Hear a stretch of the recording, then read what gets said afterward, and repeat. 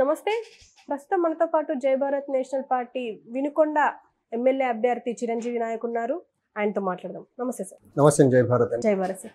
Sir, మీరు వినే ఉంటారు జగన్ పైన దాడి, రాళ్ల దాడి.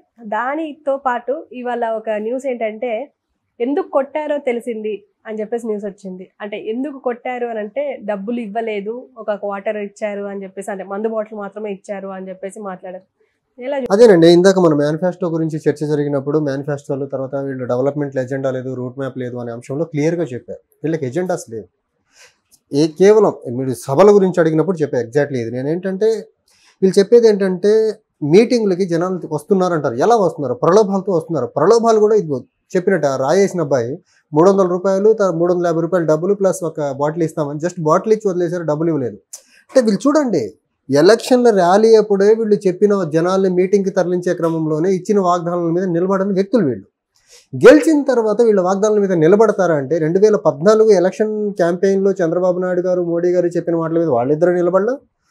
2019లో జగన్మోహన్ రెడ్డి గారు తన ఎన్నికల మేనిఫెస్టోలో చెప్పిన అంశాల మీద జగన్మోహన్ రెడ్డి గారు నిలబడలా. దీనికి అన్ని సాక్ష్యాలు పబ్లిక్ డొమైన్లోనే ఉన్నాయి. అప్పుడు రుణమాఫీ కానివ్వండి, క్యాపిటల్ కానివ్వండి, ప్రత్యేక హోదా కానివ్వండి, మోడీ చంద్రబాబు ఇద్దరు కలిసి ఆంధ్రప్రదేశ్ రాష్ట్రానికి ముంచేశారు ఇవ్వకుండా.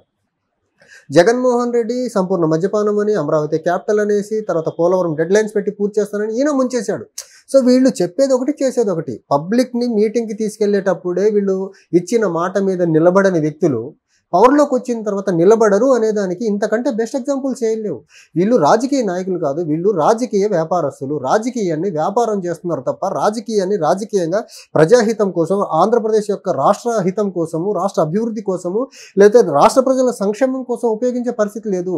వీళ్ళిద్దరిలో ఎవరు ముఖ్యమంత్రి అయినా వీళ్ళ వ్యాపార సంస్థలు బలపడతాయి, వీళ్ళ అక్రమార్జన పెరుగుద్ది, లేకపోతే వీళ్ళకి సంబంధించిన కంపెనీలలో షేర్స్ పెరుగుతాయి తప్ప ఆంధ్రప్రదేశ్ రాష్ట్రానికి, పర్టికులర్లీ యువతకి, రైతాంగానికి, ఆంధ్రప్రదేశ్ ప్రజలకి మేలు జరిగేదానికి ఎలాంటి ఆస్కారం లేదు. గత 10 సంవత్సరాలుగా చూస్తున్నాము విద్యాపరంగా, వైద్యం పరంగా ఆంధ్రప్రదేశ్ ఎంత వెనకబడి ఉంటుందనేది. సో వీళ్ళు మళ్ళీ గెలిస్తే ఇదే జరుగుతుంది, ఇదే నయవంచన, ఇదే మోసం జరుగుతుంది తప్ప కొత్తగా జరిగేదానికి ఏది ఆస్కారమే లేదు. ఓకే.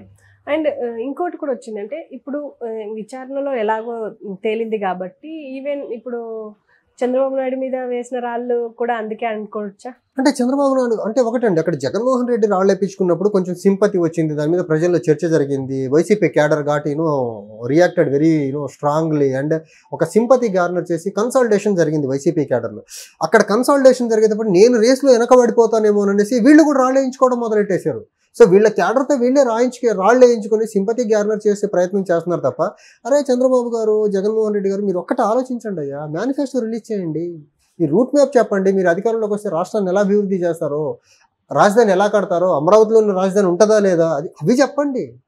కేంద్రం నుంచి రావాల్సిన అంశాలన్నీ ఎలా సాధిస్తారో చెప్పండి.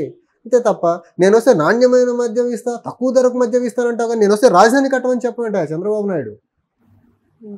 అండ్ మీరు వినే ఉంటారు జనసేన పార్టీకి సంబంధించి గ్లాస్ గుర్తు, ఆ గుర్తు ఇప్పటికీ చాలా వివాదాల్లో ఉంది. అండ్ ఫ్రీ సింబల్గా కూడా ఈసీ పెట్టేసింది. కాబట్టి దీనికి సంబంధించి హైకోర్టు నిర్ణయం ఇచ్చేసింది. అంటే దీనికి సంబంధించి అంటే పార్టీకే ఉండాలి అని చెప్పేసి. దీని గురించి మీరేమంటారు? అంటే ఒకటండి, ఇప్పుడు అది పార్టీ ఈసీ తేల్చుకోవాల్సిన, దాని మీద పబ్లిక్ ఇంపాక్ట్ ఎలా ఉంటుంది అంటే పెద్దగా ఏం చెప్పాల్సిన అవసరం లేదు. ఇన్ కేస్ ఆ సింబల్ కానీ ఫ్రీ సింబల్ అయితే కొంచెం ఆ పార్టీకి ఇబ్బంది అవుద్ది. ఇన్ కేస్ ఆ సింబల్ వేరే పార్టీకి కానీ, లేకపోతే ఫ్రీ సింబల్ కాబట్టి ఇండిపెండెన్స్కి తర్వాత చిన్న పార్టీలు వేరే పార్టీలు ఏమైనా కంటెస్ట్ చేస్తే వాళ్ళకు కూడా ఇచ్చేదానికి ఆస్కారం ఉంది. సో దానివల్ల ఇంకా జనసేనకు ప్లస్సా మైనసా అనే అంశం మీదే చూడాల్సి ఉంటుంది తప్ప దానివల్ల రాష్ట్రానికి ఒరిగేది ఏం లేదు కదా. ఒక పార్టీకి సంబంధించిన ఆస్పెక్ట్, పార్టీ యొక్క ప్రాస్పెక్ట్కి సంబంధించిన అంశం కాబట్టి దానివల్ల రాష్ట్రానికి జరిగే మేలు లేదు, నష్టము లేదు. ఏదన్నా మేలు జరిగితే జనసేన పార్టీకి జరుగుతుంది, నష్టం జరిగితే జనసేన పార్టీకి నష్టం జరిగితే ఆంధ్రప్రదేశ్కి నష్టం జరిగినట్లయితే కాదు కదా. ఈవెన్ కోనసీమ జిల్లాలో 1500 మంది వాలంటీర్లు రాజీనామా చేశారు అని చెప్పేసి అన్నారు. వాళ్ళని వైసీపీకి ప్రచారానికి వాడుకుంటున్నట్టు నేను చాలా రోజులుగా చెప్తున్నా, వాళ్ళు వాలంటీర్స్ అనొద్దు, వాళ్ళు ప్రభుత్వ జీతం తీసుకొని వైసీపీ కోసం పనిచేస్తున్న వైసీపీ ఇన్ఫ్లుయెన్సర్స్. వాళ్ళు they are not volunteers. Volunteers అంటే they should detach from the party activities. But from day one వాళ్ళు పార్టీ యాక్టివిటీస్లో చాలా డీప్గా ఇన్వాల్వ్ అయ్యి పార్టీ కోసం పనిచేసిన వాళ్ళు. ఇన్ దట్ వే వాళ్ళు they are not volunteers, they are YCP influencers. So from day one Jaganmohan Reddy YCP agenda ఒకటే, వీళ్లకు ప్రభుత్వ ఖజానా నుంచి డబ్బులు ఇచ్చి పార్టీ కోసం పనిచేసేదానికి పెట్టుకున్న ఇన్ఫ్లుయెన్సర్ ఏజెంట్స్ వాళ్ళు, వైసీపీ ఏజెంట్లు వాళ్ళు వాలంటీర్స్ కాదు. వాలంటీర్స్కి ఒక దాన్ని ఏమంటారు, ఒక నీతి నిజాయితీ నిబద్ధత ఉంటుంది. వీళ్ళకి అలా ఏముంది, గవర్నమెంట్ డబ్బులు తీసుకుని పార్టీకి కొమ్ము కాస్తున్న వీళ్ళు వాళ్ళు వాలంటీర్స్ అని ఎలా ఉంటారు, వాళ్ళు ఇన్ఫ్లుయెన్సర్స్ ఏజెంట్స్. అయితే ఇప్పుడు వాళ్ళు ఫుల్ ఫ్లెడ్జ్డ్గా పనిచేయాలి అనేది వాలంటీర్స్గా ఉంటే కొంత వాళ్ళ మీద కొన్ని రిస్ట్రిక్షన్స్ ఉన్నాయి, ప్రజల నుంచి కొంచెం వ్యతిరేకత ఉండటం వల్ల దీన్ని పక్కన పెట్టేసేసి ఇంకా కంప్లీట్గా డెడికేటెడ్గా వైసీపీకి పనిచేస్తే మళ్ళీ వైసీపీ పవర్లోకి వస్తే మనకేదైనా బెటర్ ఫ్యూచర్ ఉంటుంది అనే ఒక ఉద్దేశంతో జగన్మోహన్ రెడ్డి కూడా చెప్పారు, నేను స్ట్రీమ్లైన్ చేసేస్తా వైసీపీ వాళ్ళు, నేను వస్తే వాలంటీర్ వ్యవస్థ అని చెప్పారు. కాబట్టి సో వాళ్ళు కూడా ఆ ర్యాట్ రేస్లోకి ముందుకు వచ్చేసారు. జగన్మోహన్ రెడ్డి గారి గుర్తింపు కోసము, పార్టీ గెలుపు కోసం పనిచేసి మన ఫ్యూచర్ని మనం సెక్యూర్ చేసుకుందాం, రాష్ట్రం భవిష్యత్తు ఎలా ఎటుపోతే మనకెందుకు, మన భవిష్యత్తు బాగుంటే చాలు కదా అని కొంతమంది ఒక పెసిమిస్ట్ అప్రోచ్ ఉన్న వాలంటీర్స్ చేస్తున్న పని దీనివల్ల రాష్ట్రానికి నష్టం చేస్తున్నారు అనేది వాలంటీర్స్ గ్రహిస్తే బాగుంటుంది. అంటే ప్రస్తుతం సీఎం జగన్ ఇచ్చేది వాలంటీర్కి 5,000 మాత్రమే, కానీ కూటమి ప్రభుత్వంలోకి వస్తే సిబిఎన్ గారు 10,000 ఇస్తామన్నారు. ఈ ఎఫెక్ట్ ఏమి ఉండదు అంటారా? సిబిఎన్ గారు వాలంటీర్స్ గురించి మాట్లాడతా, మీరు చేసే పనులు ఏంటి, డే టైంలో మగవాళ్ళు ఇంట్లో లేనప్పుడు మీరు వెళ్ళి తలుపులు కొట్టి లేడీస్ని ఇబ్బంది పెడతారని చెప్పారు. అలాంటి వ్యవస్థను 10,000 ఇచ్చి పెంచి పోషించేదానికి చంద్రబాబు నాయుడు గారు పూనుకున్నారంటే ఆంధ్రప్రదేశ్లో మహిళల సెక్యూరిటీ పరంగా ఏం చేయాలనుకుంటున్నారు ఈయన? అంటే అంతకుముందు చెప్పింది తప్ప, లేకపోతే అది అది అప్పుడు చెప్పింది రైట్ అయితే ఆ కృత్యాన్ని మీరు 5,000 కాదు 10,000 ఇచ్చి పెంచి పోషించాలనుకుంటున్నారా? ఇదే నేను అంటుంది. చంద్రబాబు నాయుడు గారు అసలు ఏ టైంలో ఎలా ఆయన వయోభారం పెరిగిపోయిందండి. ఆయన మైండ్ కానీ ఆలోచన స్థిమితంగా లేదు. ఆయన ఏ టైంలో ఎలా మాట్లాడతారు ఆయనకి అర్థం కాని పరిస్థితిలో ఉన్నారు ఇప్పుడు ఆయన.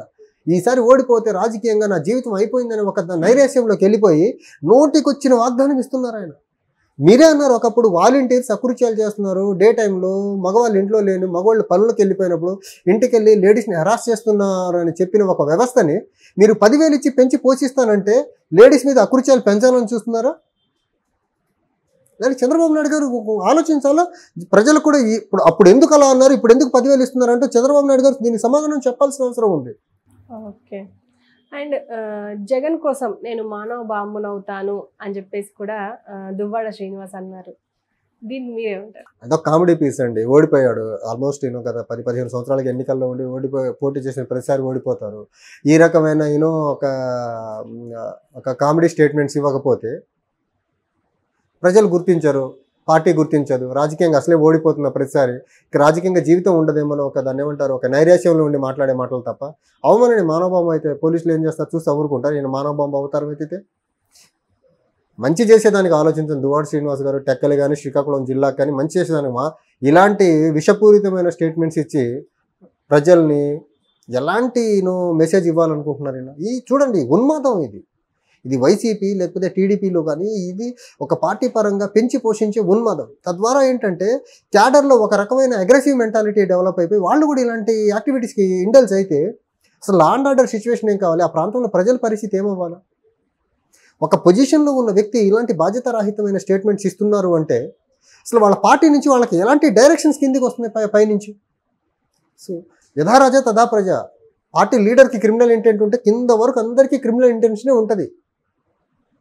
పైన లీడర్కి హానెస్ట్ ఇంటెన్షన్స్, హానెస్ట్ ఇమేజ్ ఉంటే కింద వాళ్ళకు కూడా అదే ఉంటుంది. సో జగన్మోహన్ రెడ్డి యొక్క దాన్ని ఏమంటారు థాట్స్ని బయటకి దువ్వాడ శ్రీనివాస్ గారి రూపంలో బయటకు పంపిస్తున్నారని చూడాల్సి ఉంటుంది మనం. ఓకే సార్, థ్యాంక్ యూ అండి.